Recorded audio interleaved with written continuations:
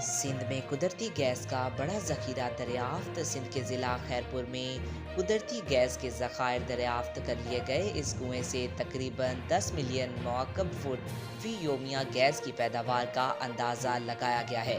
तफसीलात के मुताबिक SIFC की सहूलतकारी से तवानाई के शोबे में अहम पेशरफ्त सामने आई। SIFC की मावन से oil gas development company limited Pakistan की सबसे बड़ी एक्सप्लोरेशन एंड प्रोडक्शन कंपनी ने सिंध के ज़िला खैरपुर में कुदरती गैस के ज़खायर दरियाफ्त किए। इस कुएं से तकरीबन 10 मिलियन मौकब फुट फी योमिया गैस की पैदावार का अंदाज़ा लगाया गया है, जिससे मुल्क में गैस की किल्लत को पूरा करने में मावन मिलेगी। ये अहम दरियाफ्त मुकामी वसाइल को बरोए कार लाते हुए मुल्क में तवानाई के शोबे की तरक्की और हाइड्रोकार्बन के मौसर इस्तेमाल में मददगार साबित होगी। आज तक के लिए इतना ही। मज़ीद ऐसी मालूमाती वीडियो देखने के लिए हमारे चैनल को सब्सक्राइब करें।